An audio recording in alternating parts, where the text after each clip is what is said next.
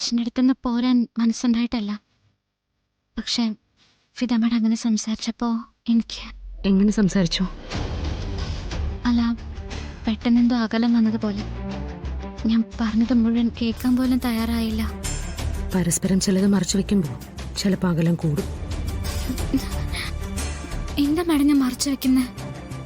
ഞാൻ എൻ്റെ പെറ്റമ്മയെ പോലെയല്ലേ കാണുന്നത്. പിന്നെ എന്തെങ്കിലും ഒളിച്ചു വെക്കാൻ എനിക്ക് സാധിക്കോ?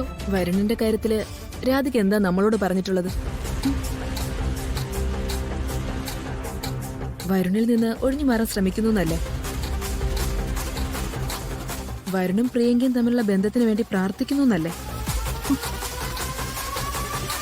എന്നിട്ട് എന്താ യഥാർത്ഥത്തിൽ നടന്നത്?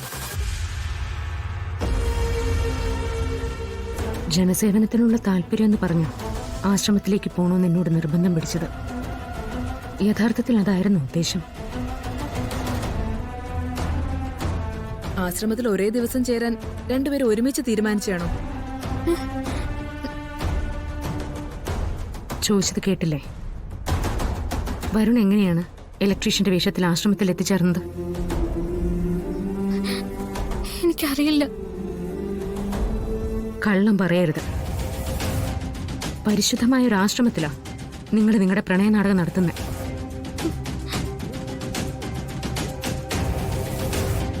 അത് എത്രമാത്രം ദ്രോഹമാണെന്ന് ചിന്തിച്ചിട്ടുണ്ടോ? മോശമായി പോയി മോളെ. ചുറ്റുമുള്ള എല്ലാവരെയും കബളിപ്പിക്കുന്നതിന് തുല്യമല്ലേ അതൊക്കെ? എന്റെ ജീവിതത്തിൽ സംഭവിച്ചതൊക്കെ ഞാൻ നിങ്ങളോട് രണ്ടുപേരോടും പറഞ്ഞിട്ടുള്ളതാ. പ്രിയയുടെയും വരുണിന്റെയും വിവാഹത്തിന് മുന്നേ എനിക്ക് വരുണിനെ ഇഷ്ടമായിരുന്നു.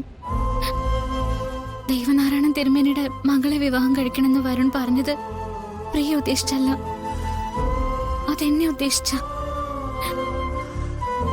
വിവാഹ മണ്ഡപത്തില് വരുൺ താലി കെട്ടിയതും എന്നെ തന്നെ. എന്നിട്ട് പോലും വിട്ടുകൊടുക്കാനും സഹിക്കാനും ഞാൻ തയ്യാറായതാ.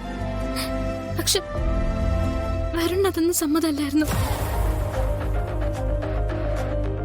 പ്രിയങ്കയെ ഒരു ഭാര്യ എന്നുള്ള നിലയിൽ ഞാൻ പറഞ്ഞിട്ട് പോലും വരുൺ ഉൾക്കൊള്ളാൻ തയ്യാറായില്ല.